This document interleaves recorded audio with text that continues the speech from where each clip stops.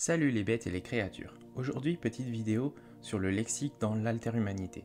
Petite car j'ai déjà fait une vidéo sur la définition de l'alterhumanité. Je vous invite vraiment à aller voir la vidéo avant de regarder cette vidéo pour mieux comprendre. Je vais te parler du jargon que nous avons dans notre communauté. Je vais également profiter de cette vidéo pour annoncer les prochaines vidéos sur cette série. Ainsi, je ne parlerai pas de ce qu'est les Therians et les Ozerkin car j'en ai déjà parlé sur la dite vidéo, de même que les profils psychologiques et spirituels. Je vais toutefois faire une vidéo plus tard pour parler des différentes sous-branches des Ozerkin. Pour écrire cette vidéo, je me suis basé sur un glossaire que j'ai réalisé il y a quelques années sur mon serveur Discord. Glossaire lui-même écrit à partir des témoignages d'alterhumains. Ainsi, je préfère prévenir qu'il peut y avoir des fautes, des interprétations ou des prises de décision sur des définitions ne faisant pas consensus. Je ne me prétends pas avoir la vérité absolue, d'autant que beaucoup de termes sont ambigus. Les termes dans l'alterhumanité, que ce soit chez les Therians ou les Ozerkin, sont nombreux et très nombreux. De mon point de vue, il y en a trop de termes inventés pour des subtilités minimes. Chaque année, voire plusieurs fois par an, on m'envoie des nouveaux termes inventés dans les communautés anglophones, qui ne servent presque à rien à part faire des différences minimes ou ajouter de l'ambiguïté à une communauté déjà très complexe.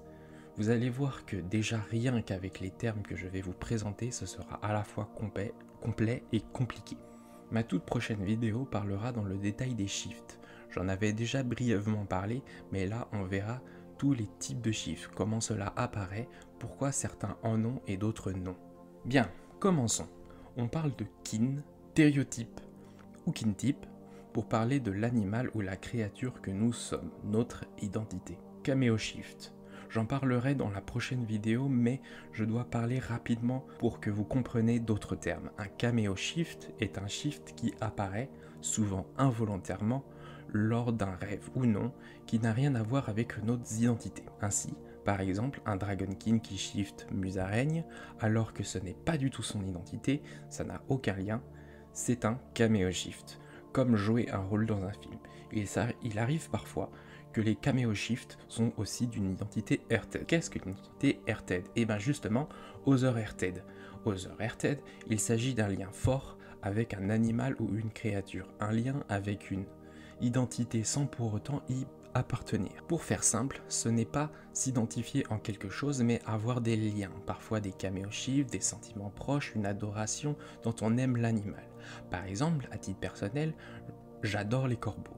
Je ne m'identifie pas comme un corbeau, je n'en suis pas un, je ne me ressens pas corvidé, mais j'ai un fort lien avec eux, bien qu'occasionnellement je peux moi-même avoir des cameo shifts. Other humanité.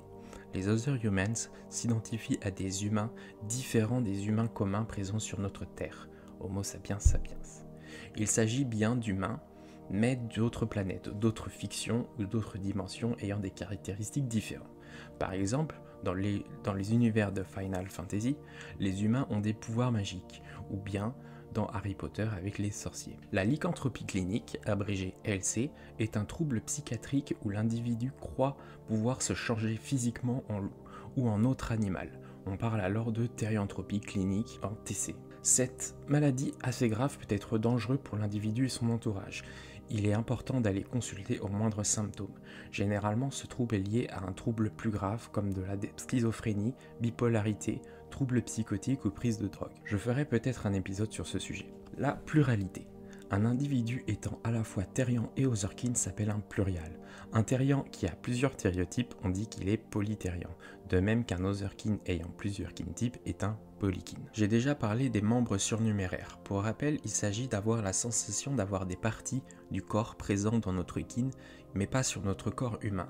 Par exemple, sentir une queue ou des ailes. Je ne vais pas parler de la dysphorie ici, tout simplement car ce sera le sujet d'une prochaine vidéo. De même, je ne parlerai pas des transespèces car déjà j'en ai un peu parlé, mais surtout car c'est un sujet très complexe, qui méritera une vidéo à part entière, tant les subtilités sont importantes et les pincettes à prendre. Les gears, on parle ici de masques, fausses oreilles, fausses queues, j'en avais déjà parlé là encore dans ma première vidéo, que je vous conseille toujours d'aller la voir. Le quadrubique ou le fait de marcher à quatre pattes fera l'objet d'une vidéo dédiée. Le Fury Fandom. Le Fury est une forme d'art, l'art de l'anthropomorphisation des animaux, c'est-à-dire des animaux humanoïdes, animaux qui parlent avec des comportements humains. Il s'agit d'une autre communauté différente de l'alterhumanité. Les Furs, ou Furies, comme ils sont appelés dans la communauté Furies, choisissent leur animal ou leur avatar, appelé Fursona, contrairement aux alterhumains où c'est un ressenti. Les Furies ne se ressentent pas forcément dans leur Fursona. Il s'agit juste de RP ou d'art, contrairement aux Therians. D'ailleurs, les Furies sont rarement Therians, et les Therians ne sont pas forcément Furies. Sun Therian et Kun Therian, deux définitions assez proches, donc je me permets de les mettre dans le même paragraphe. Un Kun Therian n'est pas un Therian mentalement limité, mais un Therian ayant un équilibre stable entre son humanité et son animalité. En d'autres termes, le Kun Therian vit en harmonie avec son thériotype, sans grande dysphorie, voire sans réel shift. En quelque sorte, son humanité fait partie de son identité non humaine. Par exemple, un vampire a une apparence humaine et le fait de ressembler à un humain n'est pas un problème. De même qu'un loup-garou peut avoir une forme humaine, condition que la personne se sente bien dans sa forme humaine. Les Kun Therian mettent parfois des pourcentages, comme 40% animal, 60% humain.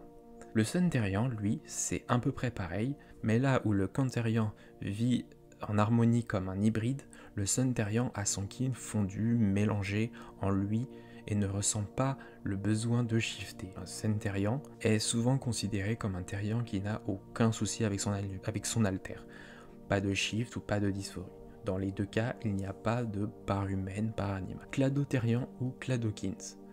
Il s'agit de ne pas s'identifier à une espèce, une sous-espèce ou un individu, mais à un genre, groupe ou famille, voire classe.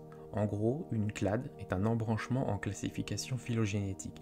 Par exemple, plutôt que s'identifier à un chat ou à un tigre, un cladotherian s'identifie à un félin ou Felidae, en tant que Felinae ou Pantherinae, donc l'ensemble des félins.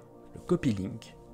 Le copylink est le fait de copier un comportement animal sans pour autant qu'il s'agisse de notre kin ou de notre heritage.